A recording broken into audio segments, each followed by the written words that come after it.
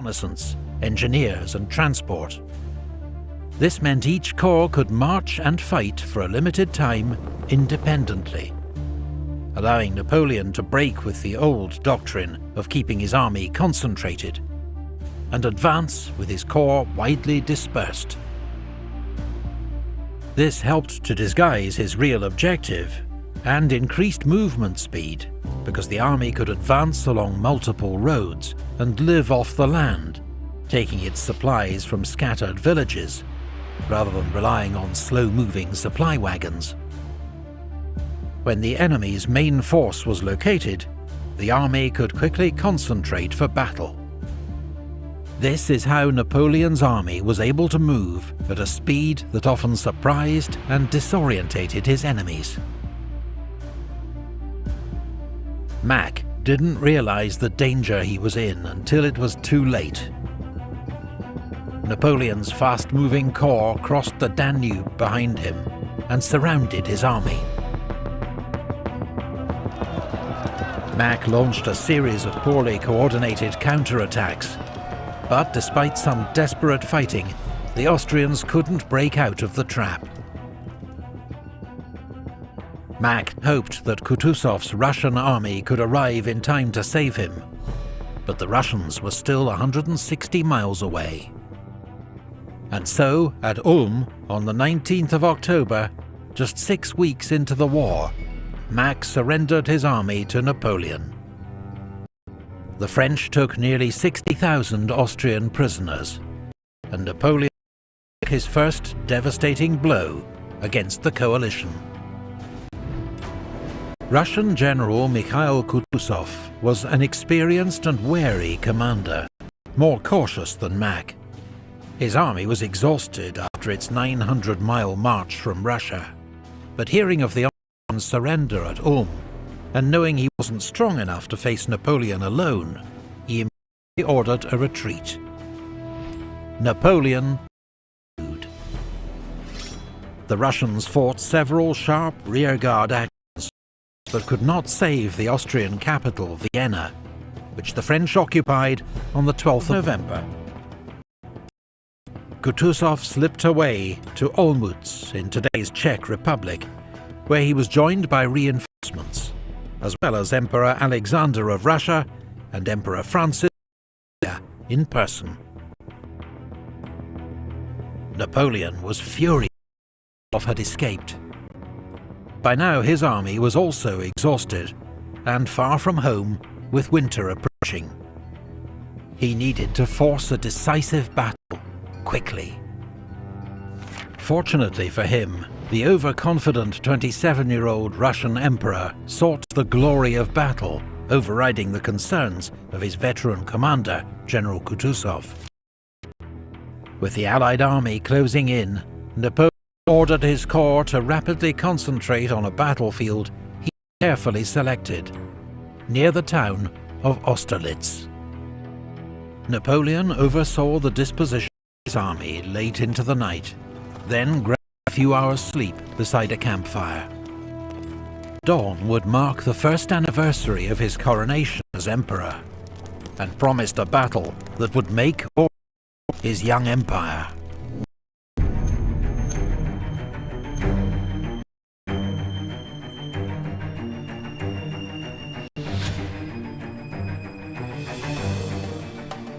The morning of the 2nd of December 1805 was cold and bright with a heavy mist.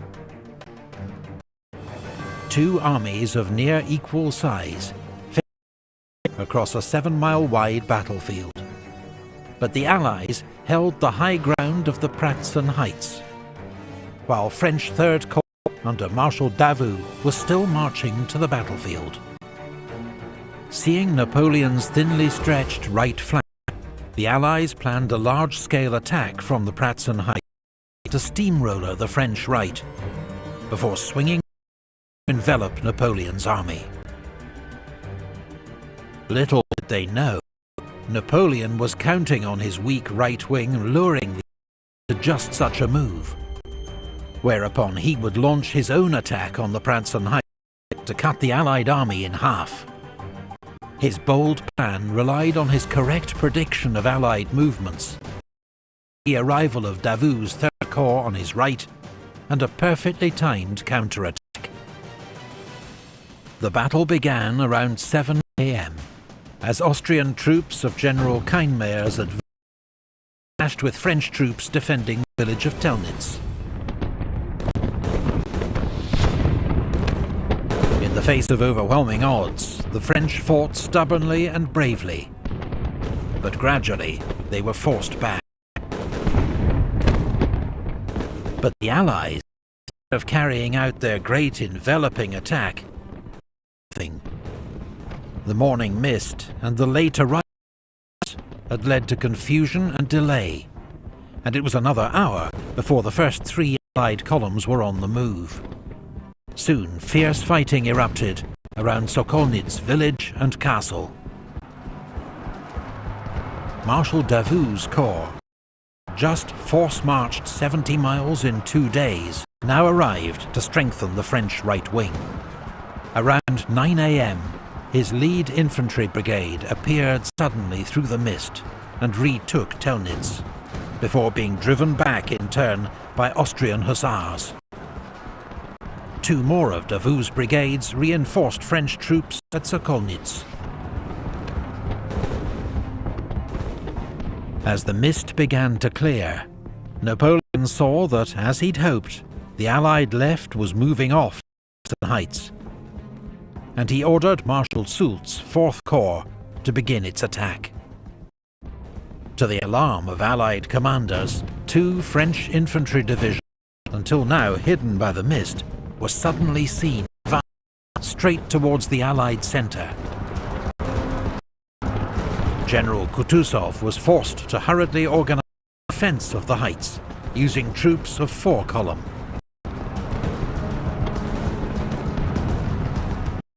Hours of bloody fighting followed. Musket fire was so rapid and furious that both sides were soon low on ammunition and turned to the bayonet. By 11 AM, French, with the advantage in training and discipline, had secured and driven a deep wedge into the Allied position. To the north, a giant cavalry battle developed. While a Russian force from General Bagration's advance guard captured the village of Bosenitz before it was halted by cannon fire from the Santon. A decisive charge by 6 regiments of French cavalry finally drove back the Allies, allowing Marshal Lannes' 5th Corps to move forward and seize Blasowitz and now Grand Constantine, commanding the Russian Imperial Guard, led forward this last Allied reserve in a desperate bid to reclaim the Pratzen Heights. A battalion of the French 4th Line Regiment was charged down by Russian Guard cavalry, its eagle standard in bloody fighting. Napoleon, who moved up to the heights, sent in his own Guard cavalry. This day between the elite horsemen of both, the French finally prevailed. Napoleon had broken the Allied centre. Now, to close the trap, the Allied left wing, still locked in heavy fighting around Sokolnitz. Around 2 PM, Napoleon ordered 4 divisions to swing south and cut off their retreat. General Buxhausen, commanding the Allied left, only now saw the danger. Attacked from 3 sides, the only escape was south. Many of his troops were forced to flee across frozen ponds. French artillery opened fire, trying to smash the ice with their cannonballs. About 200 men and dozens of horses drowned in the freezing water. But not the many thousands of Napoleon's propaganda.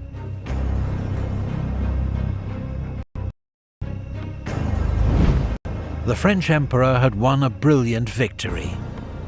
army had taken more than 10,000 prisoners and captured 45 enemy standards. Thousands of dead and wounded on all sides littered the battlefield. Many left untended for days. The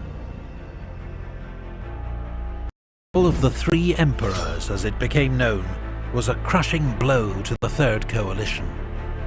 As Russian forces retreated back to Russia, Francis I of Austria was forced to accept a humiliating settlement in France, agreeing to pay a 40 million franc and give up more territory in exchange for peace.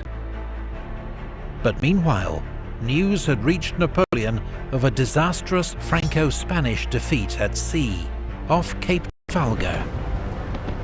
British Admiral Lord Nelson, at the cost of his own life, had masterminded a victory so complete that it ensured British naval dominance not just for the rest of the war, but the next 100 years. Britain, master of the sea, Napoleon, unbeatable on land. The whale and the elephant, neither able to challenge the other in its own domain. When William Pitt received news of Napoleon's victory at Austerlitz, he's supposed to have said, "Roll up that map, it will not be wanted these 10 years." A month later, Pitt was dead, but his warning that Europe faced another 10 years of war and upheaval was to prove prophetic.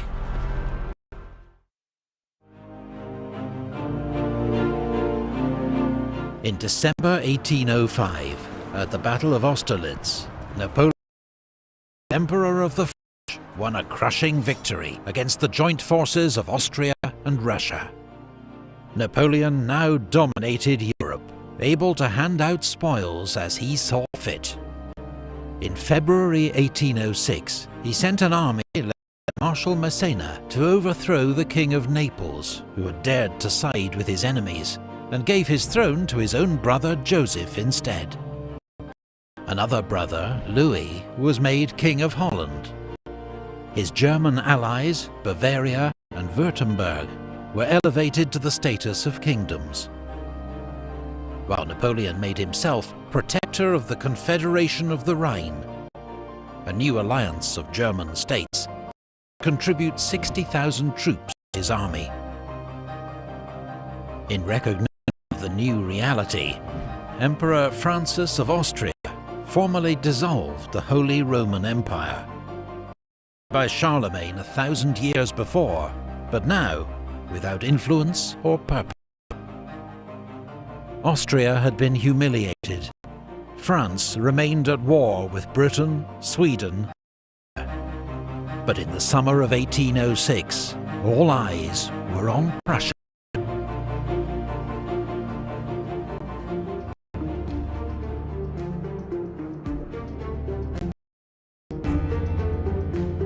The Prussian king, Frederick William III, regarded Napoleon with deep mistrust and had been about to join the coalition against him when news arrived of its disastrous defeat at Austerlitz. He was heavily influenced by his wife, the celebrated and popular Louise, who detested France and Napoleon. She led the influential War Party at the Prussian court. Matters came to a head over Hanover, a German state which had belonged to British King George III, by the French, and given by Napoleon to Prussia as compensation for other territorial changes. Now the Prussians learned that Napoleon had secretly offered to give Hanover back to Britain in exchange for peace. Frederick's advisors now persuaded him that war was the only honourable course. But Prussia then made a basic strategic blunder, sending an ultimatum to Napoleon without consulting its new allies in the Fourth Coalition. Their forces were too far away to help Prussia. It would now face Napoleon's Grande Armée with just the small state of Saxony for support.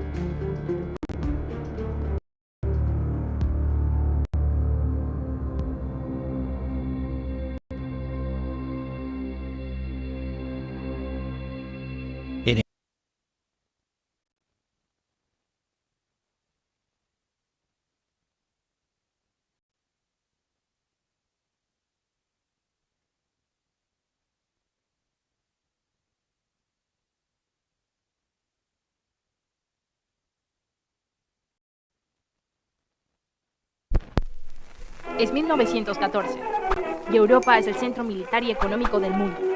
Hay mucha prosperidad por todas partes, pero también conflictos y egos grandes, y todos quieren demostrar que son los más fuertes. Y con todo este poder, es algo noble, como acabar con la pobreza. No, mejor tengamos una guerra. Hoy en Infonimados te contamos sobre la Guerra Mundial. Unos años antes, las potencias europeas estuvieron de África, sin el permiso de África, porque allí había cosas útiles y bonitas.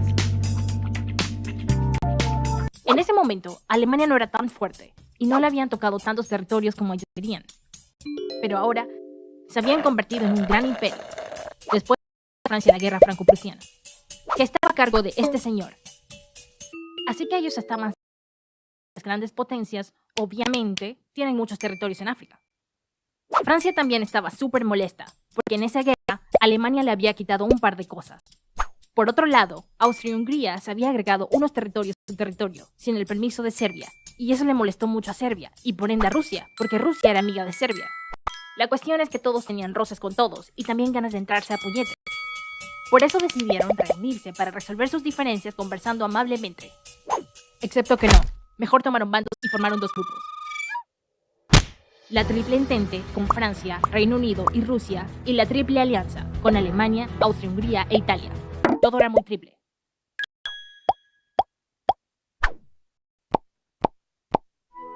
Aunque en ese tiempo había paz, solo por si acaso todos comenzaron a fabricar e invertir en mejores armas, que en verdad eran peores armas, porque mejores armas quieren decir más destrucción. Y todo esto lo hicieron discretamente, excepto Reino Unido. Ellos no eran discretos, porque se construyeron un barcote que puso a todos muy incómodos. Así que este periodo se le llama la paz armada, porque había paz, pero todos tenían pistolitas. Hasta ahora todo iba más o menos bien, hasta que el archiduque de Austria tuvo la brillante idea de visitar Sarajevo, en ese lugar que tenía a Serbia enojada. Y genial, acaban de publicarla. Clima perfecto para un atentado. Durante esta sorpresa, les lanzaron una bomba, pero fallaron, y en vez de huir rápidamente, no lo mataran y así evitar la Primera Guerra Mundial, Francisco decidió seguir paseando e ir a visitar a los heridos, pero de camino se perdió y se encontró, sorpresa, a otro de los asesinos. Esta vez, esto enojó demasiado a Austria-Hungría, quienes pensaban que Serbia tenía algo que ver, y por eso les querían declarar la guerra, pero no tenían una excusa válida, así que expediciones a Serbia que eran imposibles de cumplir. Hagan esto o les declaro la guerra. Y Serbia dijo, nope, porque, ellos sí habían tenido algo que ver. Entonces Austria-Hungría dijo, te declaro la guerra. Acabaré en una semana. Rusia le dijo a Serbia, tranqui, nosotros te protegemos. Y eso enojó más a Austria-Hungría. Entonces Austria-Hungría llamó a Alemania. Alemania, ¿me cubres la espalda? Alemania le dijo que sí. Eso hizo que Alemania le dijera a Rusia, no te metas en esa guerra o te declaro la guerra. Y Rusia le dijo, no me importa. Así que Alemania le declaró la guerra. Y también le mandó un mensaje a Francia diciendo, oye, no vayas a proteger a Rusia si Rusia protege a Serbia. Pero Francia no le hizo caso. Y todos entraron a ver. Como Rusia era grande, los alemanes pensaron que los rusos tardarían mucho en llegar a la batalla. Por eso Alemania decidió defender la frontera con Rusia con algunos soldados, mientras atacaban a Francia, la mayoría de ellos, y así ganarles muy rapidito. Luego se llevarían a esos hombres de vuelta al frente contra Rusia para acabarlos. Pero no, porque los franceses también eran fuertes y se desplegaron rápidamente. Entonces, es en serio. Como Francia era media amiga de Reino Unido, le dijo, ¿me ayudas, porfa? Y Reino Unido le dijo, puede que sí o puede que no. Y se mantuvieron neutral. Como Alemania no podía perder mucho tiempo peleando contra Francia, le pidió permiso a Bélgica, que era neutral, para poder pasar, y así rodear a los franceses y atacarlos por detrás. Pero Bélgica les dijo, no. Y como no pudieron pasar, Alemania tuvo una grandiosa idea. Invadir un país neutral, y pasó de todas maneras. Esto enfureció a Reino Unido, porque no le pareció muy cool que Alemania anduviera por allí invadiendo. Así que les declaró la guerra. Reino Unido era primo del zar ruso. La batalla contra Rusia se intensificó, así es que los alemanes tuvieron que mandar un par de tropas para allá. Y ahora, el momento fashion. Los uniformes de temporada, excepto los de los alemanes. Ellos tenían unos cascos con un pincho muy intimidante que los hacía lucir un poco como los malos, pero los protegían y eso les daba ventaja. En cambio, los franceses le apostaron al color, con un celeste que los delataba fácilmente. Tampoco tenían casco y por si fuera poco, sus pantalones eran rojos. buen trabajo tratando de no ser... Bueno, ya todo se puso feo. Las batallas en las trincheras eran brutales y sangrientas, y los soldados de ambos bandos tenían que lidiar con ratas, enfermedades y poca comida. Una muerte segura. Allí los alemanes utilizaron gas venenoso por primera vez. A pesar de que todos habían prometido no hacer cosas feas cuando se pelearan, como usar gas venenoso, pero Alemania lo hizo de todas maneras. Así que los demás también usaron gas venenoso. Y los italianos... Bueno, los italianos antes de la guerra eran parte de la Triple Alianza, pero Reino Unido le dijo: «Hey Italia, ven, únete a la Entente». No, tenemos galletas. Entonces Italia dejó la alianza y se unió